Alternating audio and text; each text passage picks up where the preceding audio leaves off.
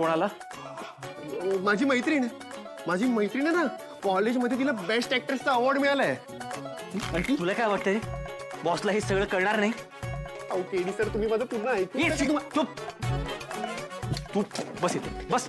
तू गप. तू हे कोण तोंडामध्ये, पण तू काय बोलू नकोस. अरे यार, इथे एक खोटं नीट बोलता येत नाही मला, आणि हे लपवण्यासाठी अजून 10 वेळा खोटं बोलावं लागेल. आता कुठे ती माझ्याबद्दल फील करायला लागलीये, ते सगळे निघून जाईल, खोटारडा सिद्ध होईल मी. ए नोकरे, तू उठ, शांत उठ. मलाच काहीतरी करावं लागणार आहे. माझ्या अनुभवावरून सांगतो, बायकोशी खोटं बोलायला वाईट हेतू नाही, तिची भीतीच लय असते आपल्याला. कशाला बोलू खोटं? एवढा चांगला सोन्यासारखा संसार आहे माझा. बायको पण आता प्रेमात पडलीये. तिच्यासोबत छान राहायचं सोडून हे तुमच्यासोबत बालिश धंदे करत बसलो इथे.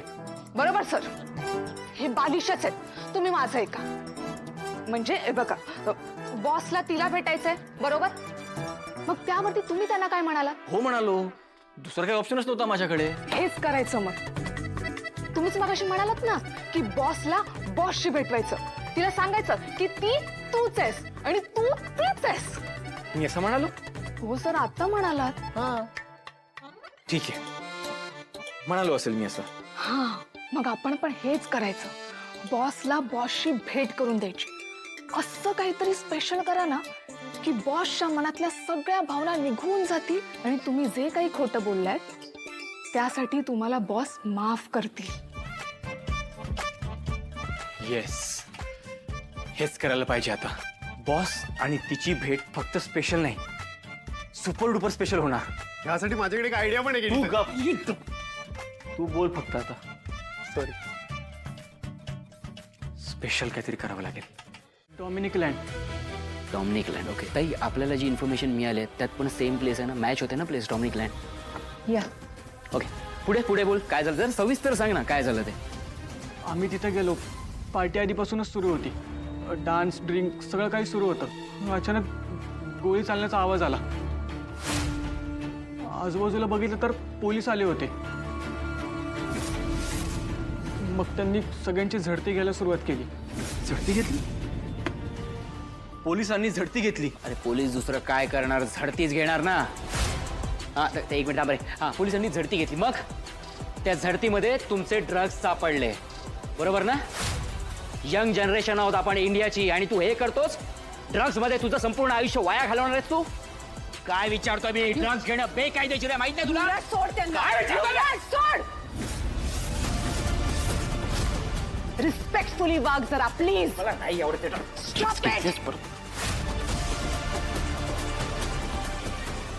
We extremely sorry. तुम्ही कंटिन्यू करा. ठीक आहे, आय एम सॉरी. बोल. आरामात बोल. सॉरी. सर, मॅडम, तुम्ही जसं समजताय तसं काहीच नाही झालंय. तिथे कोणतेही ड्रग्स वगैरे नव्हते. ड्रग्स नव्हते? मग पोलीस का आले होते गरबा घ्यायला? पोलिसांनी सगळं काही शोधलं, पण त्यांना कुठे ड्रग्स वगैरे नाही सापडले. मग एका पोलिसाने त्याच्या खिशातून एक ड्रग्सचं पॅकेट काढलं आणि एका मुलीच्या खिशात टाकलं आणि त्याची झडती घ्यायचं नाटक करून ते सापडल्यासारखं दाखवलं. बापरे. आणि तो जोरात ओरडला ड्रग्स मिळाले म्हणून. आणि मग पोलीस सगळ्यांच्या मागे लागले आणि जसं गनचा आवाज झाला तसं सगळे पळायला लागले. मॅडम, हे सगळं मुद्दामून केलंय पोलिसांनी. म्हणजे ती पार्टी रेव पार्टी नव्हतीच, हा फक्त एक पब्लिसिटी स्टंट होता. अशक्य आहे. तू होतास तिकडे? ठीक, सांग. अरे वा, आता माझं पण इथे ऐकलं जाणार आहे. सगळं ऐकू तुझं, पण त्यासाठी तुलाही आमचं ऐकावं लागेल. तुझ्यासोबत ट्रॅफिकिंगमध्ये आणि ड्रग्समध्ये कोण कोण होतं ते आम्हाला सांग. ते ड्रग्स तुझ्यापर्यंत कोणी पोहोचवले ते सांग. ठीक आहे, काही हरकत नाही, कारण आमच्याकडे त्या बाबतीतली सगळी माहिती आधीपासूनच आहे. युवराज खांडेकर, तुझा विश्वासू स्मगलर, ज्याच्या हातून तू तुझ्या हाय प्रोफाईल क्लायंट्सला ड्रग्स पाठवायचास, आमच्याच बाजूने येतो. तुझा विश्वास जिंकून तुला रेड हँडेड पकडण्यासाठी वापरला आम्ही त्याला. तुला काय वाटलं खांडेकरांच्या घरच्या माणसाला तू अडकवशील आणि आम्हाला कळणार नाही, अडकला तर तू आहेस, तेही आमच्या ट्रॅपमध्ये. नाहीतर आम्ही त्या पार्टीमध्ये पोचूच कसे शकलो असतो ना. लोकेशन कोणी दिलं असतं आम्हाला? ते जे ड्रग्स आहेत ना, ते तर खांडेकरांच्या घरात आल्यापासूनच आमच्या ताब्यात होते. चल खोटं बोलतेस तू. अजिबात नाही.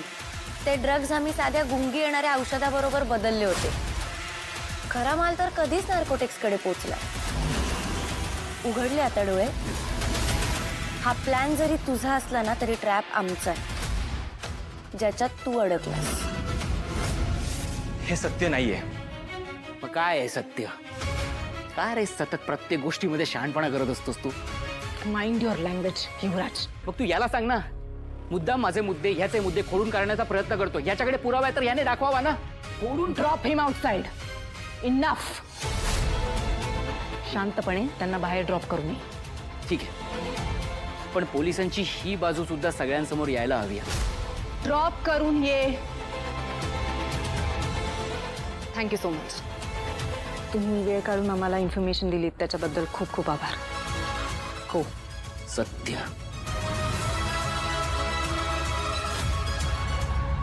चल, एक चान्स दिला तुला. तुझ्या बरोबर या सगळ्यामध्ये जी कोणी माणसं होती, युवराज सकट, त्यांची नावं आम्हाला सांग. मी मॅजिस्ट्रेटशी बोलते, मी त्यांना सांगते तुझी शिक्षा कमी करायला. आणि हां, हे सगळं करायला वेळ खूप कमी आहे. हां, म्हणजे इथून पुढच्या वेळेला जेव्हा मी तुला भेटेन तोपर्यंत मला या सगळ्याची उत्तरं मिळायला पाहिजेत. नाहीतर काही नाही होऊ शकत.